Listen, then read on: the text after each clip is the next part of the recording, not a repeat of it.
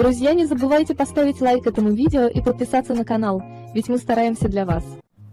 Свершилось. Женился Василек. Обзавелся молодой женой. Только вот в придачу к жене досталась Васильку еще и теща. Вот уж не думал, не гадал. Все было ничего.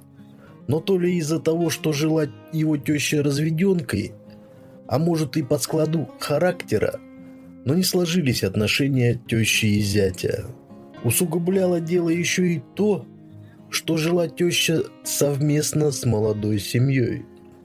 А если уж быть более точным, эта молодая семья проживала в квартире тещи. Нет, теща в открытую не гнобила зятя. Не в анекдоте же, в реальной жизни. Но при каждом удобном и даже не совсем удобном случае намекала, что вот, мол, есть настоящие мужики, у которых и руки растут откуда надо, и зарабатывают они сколько надо. Заела совсем своими намеками. Да еще взяла в моду заходить в комнату к молодым не в самые подходящие моменты. Короче, поставил Василий вопрос ребром перед молодой женой. Или уходим на квартиру, или разводимся. А жене и маму жалко, и с мужем молодым разбегаться не совсем хочется. Слезы решили дело, и смирился Вася. Таковая его судьба, и нести ему этот крест до смерти тещи или до своей. Только вот пережить тещу совсем не светило. Ее здоровья хватит на целый отряд космонавтов. Хотя и придумывала она себе болячки ежедневно и ежечасно. А еще была у тещи дача. Ее любовь и гордость.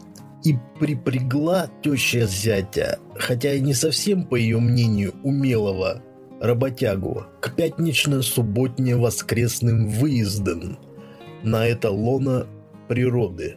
А уж там, в отсутствие жены, совсем изгалялась над парнем как могла. Закручинился паренек, запечалился. Так уж устроен человек, что надо ему поделиться с другими, хоть горем, хоть радостью. Вот он и поделился с братвой из бригады. И посоветовали ребятки просто-напросто переспать с тещей. Или поможет и станет как шелковая, или с женой разведешься. Третьего не дано. Васек заупрямился. Как же так? Она же старая, толстая. Да и просто это же теща. И мужики, что поопытнее, разъяснили молодому, что старых женщин не бывает. Что она в возрасте самом том, когда женщины уже все умеют, ничего не боятся и очень хотят. Да еще при одиночестве, холодной постели, не согретой теплом мужского тела. И не толстая теща у Васи, совсем даже напротив. Просто-таки аппетитная бабенка. Так и просится, чтобы ее помяли, поваляли по кровати. Есть за что подержаться. Да и полежать на таком теле не совсем то же самое, как лежать на скелете. И вообще, хрен ровесников не ищет. А уж про то, что теща родственница, так станет еще роднее. Короче, заронили в Васину душу искру сомнения. В очередную пятницу, нагрузив на себя ношу, достойную верблюда из каравана Али-Бабы, сопровождал молодожен тещу в садовый кооператив. Жена по причине беременности аж в 2-3 недели на дачу ездить категорически отказалась, предпочитая ковырянию в земле, посещение различных салонов, парикмахерско-маникюрно-педикюрной направленности. А Васе, как показать свой характер, теща мигом обломает. Поддался один раз на слезы жены, не проявил характер, теперь всю жизнь в духах ходить будешь. Немного поработали, сполоснулись под летним душем, сделанным Васей из старой бочки. и поужинали на веранде небольшого садового домика. После ужина Вася сел на ступеньки крылечка и сладко затянулся сигаретой. Теща тут как тут, и началась политинформация. А когда Вася попытался вставить слово в свое оправдание, проявился эффект подлитого бензина в полыхающий костер. И тут в голове у него что-то щелкнуло, переклинило, и Вася, крепко обняв сидящую рядом тещу, заткнул рот поцелуем. Видимо, не ожидающая такого поступка от зятя Рохли, теща оторопела и даже не сделала попытки сопротивления. А Вася уже слетел с катушек, и будь что будет, завалил тещеньку на крылечко. Теща пришла в себя, и с ее стороны была принята попытка сопротивления. Да только с Васей ей никак не справиться. Не та весовая категория, как говорят борцы. И через считанные мгновения тещины трусы летели куда-то голубеньким дельтапланом. Теща лежала на спине, а Вася сидел рядом и курил. Теща плакала, и по щекам из ее уголков глаз скатывались слезинки. Васе было погано от сделанного им, но, сжав зубы, он не произнес ни слова, не пытался оправдаться. Молча, в несколько затяжек, приканчивал сигарету и раскуривал новую. Рывком, сев на крыльце, не пытаясь оправить платье, теща залепила Васе пощечину. Прижав руки к щекам, испугавшись содеянного, ждала, что же предпримет этот маньяк. Глаза по чайной чашке, в них испуг, рот приоткрыт. А Васе вдруг стало так легко, так хорошо. Он задорно улыбнулся, перехватил тещины руки, отвел их от лица и нежно поцеловал тещины губы. Луна освещала веранду, топчанчик, на котором барахтались два обнаженных тела. Раздавались стоны, охи, ахи, звуки поцелуев. И Вася, и теща наслаждались друг другом. Неистово, как перед концом света. Забыта была тещина обида на то, что зять мог бы и попросить, а не кидаться, как волк на овечку. И теща сама бы дала. Все было забыто и прощено. Накричавшись, настанавшись в волю, чего не делала даже с бывшим мужем, тещенька заснула в объятиях зятя. И правы были мужики, когда говорили, что лежать на полненькой женщине намного приятнее, чем на современных вешалках-скелетах. Всю субботу и воскресенье Вася, едва тело тещи оказывалось в зоне досягаемости, молниеносным движением богомола выбрасывал свои хватательные конечности и заваливал тещу.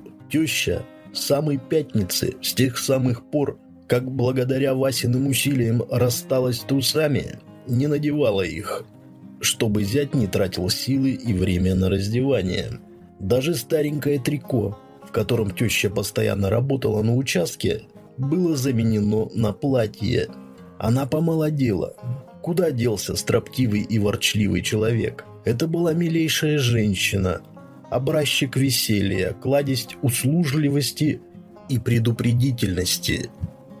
Жена страшно удивилась разительным и очевидным переменам мамы. Долго добивалась от Васи признаний в том, что же такого произошло, что мама так разительно изменилась. Теперь при малейшем намеке на немилость, грозящую зятю со стороны дочери, следовала молниеносная операция по принуждению к миру. И даже беременность не спасала Васину жену от маминого гнева. А Вася блаженствовал. С благодарностью вспоминал советы корешей, открывшие ему глаза. Подписывайтесь на канал, чтобы не пропустить новые интересные истории. Спасибо за внимание. До скорых встреч. All right, everyone's presentations are done. Nick, the manager, said as he tried to move the discussion forward. Excuse me, I haven't. I recently found out something. Nick interrupted me and began to speak. There's apparently someone in this department who didn't graduate high school and is just a part-timer. Meetings should be for employees only. Absolutely right. His lackey, Mike, of course, agreed with Nick. I'm leaving. After leaving the meeting room, I started to shut down my computer. I noticed that an email had arrived, not in my personal inbox, but in the company's shared email. Thinking, there's no point in speaking up, no one will listen, I went home quietly. The next day, I heard a commotion from Nick's desk. He was staring at his computer screen, his face pale. Nick! Is something wrong? Mike looked at the screen with him. And he turned even paler than Nick. Why is he so angry? Knowing the reason for Mike's distress, I thought to myself, serves them right. My name is Adam. My mother passed away when I was in the 9th grade, and I was raised by my father. Well, you could hardly call it being raised. After my mother passed, my father changed. He drowned his sorrows in alcohol, and though he still went to work, he squandered our living expenses on horse racing. Because of that, I had to start working part-time as soon as I entered high school. Every month, I went to the convenience store with bills in hand that couldn't be auto-deducted from my father's account. Even though I endured it because I didn't want to be alone, I reached my limit in my 2nd year of high school and dropped out. I found a live-in job at a distant inn. Thank you for everything. The day I left home, my father, still staring at the TV, spoke. Take care. That was our last conversation. Back then, 18 wasn't the age of majority, so I needed my father's permission to work, and I couldn't hide my place of employment. Yet, my father never visited me even once. I kept working just to survive, and before I knew it, I was 42. Years of hard work paid off, and I was transferred to the headquarters. I was thrilled to be recognized by the company, as I thought I'd be working in the field until retirement due to my lack of formal education. Listen up. Our work can change the future of our employees. Don't drag us down. On my first day after the transfer, Nick, dressed in an expensive suit, spoke sternly. There was a reason for this. Our inn was located in a prominent tourist destination, known so well that everyone in the state could sing its commercial jingle. At its peak, we had 5 locations within the state. But that was long ago. Due to financial difficulties and aging facilities, only the place where I had worked for many years and the original establishment remained. I was prepared to lose my job anytime, but now there was a glimmer of hope. With the rise of social media, the tourist area where the inn was located started gaining attention again. Depending on how hard the sales department, where I was transferred, worked, we could either thrive or be forced to give up this prime location to the new hotel chains continuously popping up. For Nick, who had switched careers from another industry to strengthen our sales, this was a battle he couldn't afford to lose. I understood why he had to be strict. I will do my best. Nick sneered at my enthusiastic declaration. Did you not hear what I said? I'm sorry. I thought I was listening carefully.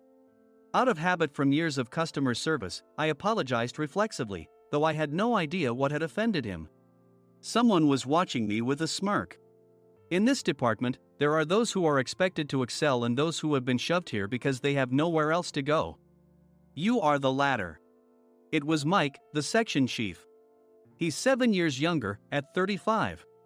But he was called to headquarters much earlier than I was and had been moving around within the headquarters ever since. I'm not jealous, but I can't accept that he's my boss. Graduating from a prestigious university, he has an unusually high pride and caused many problems as a newbie, making things very difficult for me when I was the front desk leader. When I found out Mike was transferred to the sales department a month before me, I was disheartened. Mike is right. With just a middle school diploma, there's not much you can do. Don't even think about achieving results. As if I didn't exist, Nick remarked, I'm thirsty. Mike eagerly ran to the coffee maker. It seems Mike is Nick's lackey. I regretted being happy about my transfer to headquarters, wishing I had stayed on site forever. Send a direct mail to every company on this list by the end of the day. Nick only assigned me tasks that even a new graduate could handle. What? There are over 1,000 companies. You want me to send to all of them by today? Yes, if you and your fellow misfits split the work, even those with nowhere else to go should finish by today. I glanced at the employees typing away expressionlessly. They were worn out from customer service, only thinking about leaving on time, or were women reassigned after having children. With zero motivation for work. Even Sam, a new graduate from the same university as Mike, who was supposed to be among the expected achievers, had no enthusiasm for the job. Having joined the company wanting to do customer service. I don't care what they say, I plan to quit anytime, he said. Only Nick and Mike were highly motivated, making all the decisions between the two of them. I originally only wanted to work at the inn to survive and had no particular attachment to this job. I swallowed my words, thinking I had no right to reprimand them. About a month after the transfer, Nick told us with a frustrated look. To commemorate the 50th anniversary, we've decided to create a plan exclusive for one group per day. Originally, Mike and I were supposed to come up with it, but our president, Mr. Thompson, insists on hearing everyone's opinions. So, you all get a chance. As Nick explained, Mike began handing out prints. Make sure not to embarrass Nick. If your ideas are half-baked, you'll have to redo them. It seemed that they had printed his handwritten notes by Mr. Thompson, which included several questions and a section for free responses. It made sense why Nick had to seek our input, given that all responses had to be submitted to Mr. Thompson. We were given a week to think about it, and a meeting was scheduled to compile our ideas. My plan is to let guests enjoy both the old and modern America. Nick began the presentations. Guests would watch a master confectioner at a nearby traditional sweet shop make sweets in front of them. The welcome drink would be premium tea in a bottle. Nick's plan was certainly attractive. After his presentation, Nick called on us to present in the order we were seated. Just as I stood up for my turn. All right, everyone's presentations are done. Excuse me, I haven't. I recently found out something. Nick interrupted me. There's someone in this department who didn't graduate high school and is just a part-timer. He was likely talking about me. I joined the company as a part-timer and was made a full-time employee when I turned 20. That was 20 years ago, so Nick and Mike probably had no chance to know until recently. Meetings should be for employees only.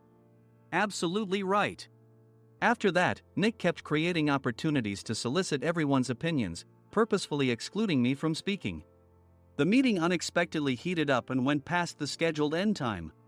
A few people asked to leave, and the discussion continued with the remaining few. Still here? Normally, you'd leave in that situation. Though I had no attachment to the job initially, hearing kind words from customers made me want to make them happier. For someone like me, with nowhere to go, the inn was my home and customer service was my life. I felt pathetic about my current self. I'm leaving. I left the conference room and started shutting down my computer. I noticed an email had arrived, not in my personal inbox, but in the company's shared email. Thinking no one would listen to what I had to say anyway, I quietly went home. The next day, while preparing the DM as instructed, I heard a commotion from Nick's desk. In his haste to stand up, he hit his knee on the desk. He stared at his computer screen, his face pale. Nick! What's wrong? Mike, thinking he should be the first to rush over, approached Nick while still wearing his coat. He peered at the screen with Nick. And he turned even paler than Nick. Why is he so angry? Who is responsible for this company? Nick, more irritated than ever, asked, and Mike answered without checking. Probably Sam. Sam wasn't there because he was attending a morning training session for new hires. Nick gave up on getting angry and returned his gaze to the screen. They were looking at an email that arrived right after the end of the working day yesterday. Apparently, no one, including me, had checked it before leaving. The email was from a large company that used us for their annual employee trips. The president and executives of that company also frequently used our services personally. President of the company, Mr. Mason himself, had declared that neither he nor his company would ever use our services again. Well, some companies cancel their employee trips or stop using our services due to financial struggles. Let's just move on. Mike kept wiping the sweat from his forehead with a handkerchief. Knowing why Mike was so agitated, I quietly watched their interaction. Do you know how much revenue we get from that company? We can find other guests to fill the rooms, but we'll lose the banquet costs, gift shop revenue, rental car fees, and more. Moreover, the gifts were supposed to be prepared by the traditional confectionery shop involved in Nick's proposed plan. If it's known that we incurred such a huge loss at this critical time, Nick's position in the company would be jeopardized. Nick took a deep breath, seemingly trying to calm himself. All right, Mike. Go to New York right now and apologize to Mr. Mason. What? You're coming with me, right? I have urgent work to do. I trust you, which is why I'm entrusting this to you. Please. Mike, believing Nick's sincerity, agreed with a determined look on his face, saying, yes. That's Nick for you. Even if Mike went to apologize, Nick would shift all the blame onto him if the client didn't change their mind. Well, it was Mike's fault to begin with, so it served him right. About 3 hours later, Sam answered a call from somewhere and repeatedly apologized, saying, I'm very sorry. Everyone watched to see what was happening. After ending the call, he informed Nick with a weary tone. When Mike arrived at the client's company, he only made things worse, further infuriating Mr. Mason. He was demanding, get his boss here immediately. It was no wonder Sam was exhausted, dealing with such a call right after returning from training. What is that idiot doing? All right, Adam, you're coming with me. If sacrificing Mike didn't work, then I must be next. Normally, I'd want to refuse at all costs, but I saw an opportunity in this situation. If I can be of assistance, I'd be happy to join you. I obediently followed Nick, and we flew to New York. When we introduced ourselves at the reception, it became clear how serious the situation was, as the receptionist personally escorted us to the president's office. Angry voices leaked through the door, making both Nick and me uneasy. Excuse me. I'm Nick, the supervisor. I understand my subordinate has caused you trouble, and I deeply apologize. Nick, with his experience in the corporate world, knew enough to offer an apology before excuses. However, his customer service skills left much to be desired. I sighed as I saw Mike trembling like a small dog in the corner of the room. What kind of training are you giving your subordinates? Mr. Mason glared at Nick with a red face. The intensity of his gaze made even Nick take a step back. Regrettably, I joined this company only 2 years ago and was unaware of Mike's issues. I should have identified his shortcomings sooner. Indeed. I should have realized sooner. No sensible person would come to apologize and then give a lengthy presentation on the drawbacks of not using their in. Nick froze, his mouth slightly open. Suspecting the worst, I picked up the documents that had fallen to the floor. It seemed Mike hastily prepared these documents on the plane, listing the disadvantages. Disadvantage 1: if you change the venue for the company trip, employees might suspect it's for cost-cutting reasons, leading to a negative impression. Reading it aloud half-jokingly, Nick snatched the papers from my hand and checked the contents with a furious expression. Among the stack of documents was a receipt from a nearby convenience store's copy machine. I felt a pang of dread, hoping he hadn't shown the receipt as well. What do you think he said when I asked what kind of nerve he had to do this? I'm very sorry. Faced with the dire situation, Nick must have thought there was nothing left to do but apologize. In a voice smaller than I'd ever heard from him, he uttered words of apology. He said, I'm a Harvard graduate. I don't believe I said anything wrong. Mike, what have you done? Forgetting his plan to pin the blame on Mike, Nick yelled loudly, even in front of Mr. Mason. I didn't do anything wrong. You're still saying that? Look at him. Mike pointed at me with a shaking hand. I was assigned to headquarters in my 20s and now I'm a section chief. This guy only made it to headquarters at 42. Everything I've done proves I was right. So why are we losing the contract? Having said his piece, Mike collapsed to the floor. Of course. You were sent there because you had nowhere else to go. Mike never expected to hear such words from someone he looked down upon. He lunged at me, and Nick hurriedly stepped in to stop him. Mr. Thompson told me Mike is a quick thinker, and to take good care of him. There's no way he was pushed aside. Don't make things worse here. He didn't say quick thinker, he said only quick-witted, didn't he? I don't remember that part. I recalled the many troubles Mike caused when he was a newbie. When Mike was on the front line, his pride was so high that he never apologized to customers. Customer service, especially in our job, doesn't work alone. It brings both good and bad situations. If the front staff or housekeepers made mistakes, or the cleaning company didn't properly clean a room, one had to apologize to the customers regardless of personal fault. Mike, in such situations, would never apologize, insisting he wasn't at fault. This often angered customers, and as the front desk leader, I frequently had to apologize on his behalf. He caused complaints and disrupted operations, which is why he was quickly moved to headquarters. In departments where he didn't interact directly with customers, his quick thinking was beneficial and things went well. But it seemed his flaws were starting to show. Corporate reservations are supposed to be entered into the system by the sales representative.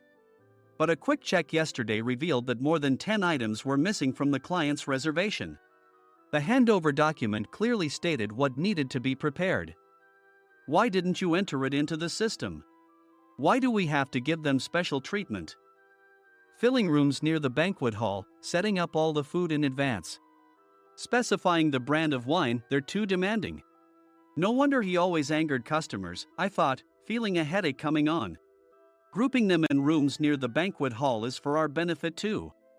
It makes it easier for the staff to set up beds and serve breakfast since everyone's schedule is synchronized. As for the other requests, Mr. Mason suggested them to lighten our load. I didn't know that. Nick finally seemed to realize that Mike was the one who had angered the client. What did you say to them? I just told them we wouldn't give them special treatment anymore. We shouldn't waste effort on things that don't bring in money. I was utterly exasperated at his lack of understanding of customer service. Of course, we shouldn't comply with unreasonable demands. But carrying over successful practices from past stays makes customers feel remembered and enhances their experience. Good memories encourage repeat visits. That's part of our job. I looked down at Mike, who was sitting on the floor. In our job, nothing is a waste. Mr. Thompson likely moved you to the sales department, hoping you'd finally understand this. How do you think he feels now that you failed to meet his expectations? Mike, tears in his eyes, fled the president's office. I was amazed he still hadn't apologized. You have it tough, Adam. It's okay, we're all employees of the same company. I deeply apologize for this disrespectful incident. Especially after all the care you've shown us. If it weren't for you, Adam, I really would have stopped staying here. When I heard you were moving to the sales department, I was willing to reconsider if you handled it. Seeing us talk so amicably, Nick's face contorted.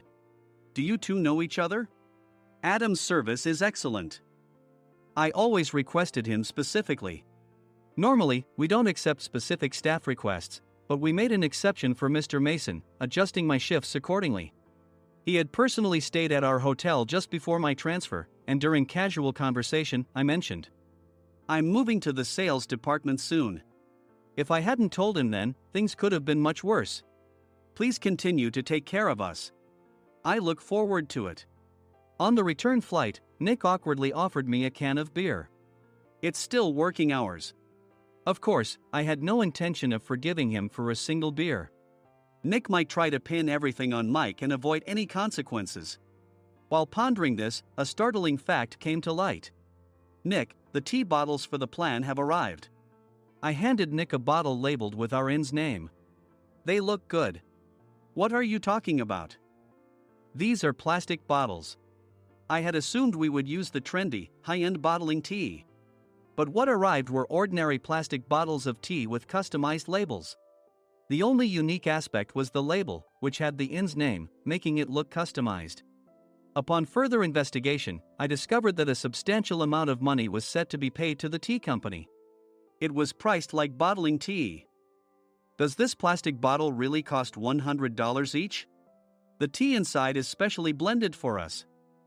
The extra cost is for that. Wouldn't it be better to use another tea company? Or is there a specific reason we must use this one? As Nick continued to make excuses, I showed him a printed email. I informed the tea company's president, Mr. Mitchell, that we discovered irregular payments and he confessed. He said you two were high school classmates and planned to split the extra money. That idiot. Why did he confess? That's not important. You should worry about yourself, this could turn into a police matter. Opening the bottle cap, I suggested. How about calming down with this tea? It supposedly has a relaxing effect. Nick drank the tea frantically. In the following days, decisions were made about their fates. Mike was reassigned to the General Affairs Department, with no chance of transfer or promotion, as per Mr. Thompson's orders. As for Nick, since the payment to the tea company hadn't yet been made, he narrowly avoided legal trouble. Instead, he was encouraged to leave the company, and to avoid further complications, Nick submitted his resignation. Rumor has it that connections between HR departments have made it difficult for him to find new employment. Even though it was good to have those two gone, something unexpected happened in the sales department. Everyone became motivated and united in refining the 50th anniversary plan. In the end, my plan was adopted. We collaborated with the Tourist Information Center to provide personalized guides. The plan, tailored to the number of guests, was truly special for the 50th anniversary. Hey, is Adam's family coming to stay? I immediately booked that special plan for my family. Sam noticed it on the reservation list and quickly picked up on it. Yes, I'm inviting my father. That's great. I might invite my parents too. I lacked the courage to face my father just as Adam. But here, with the confidence Mr. Mason praised, I felt ready. The 50th anniversary plan was a perfect opportunity to reconnect with my father. I hoped to bring back the days when we could laugh together as we once did.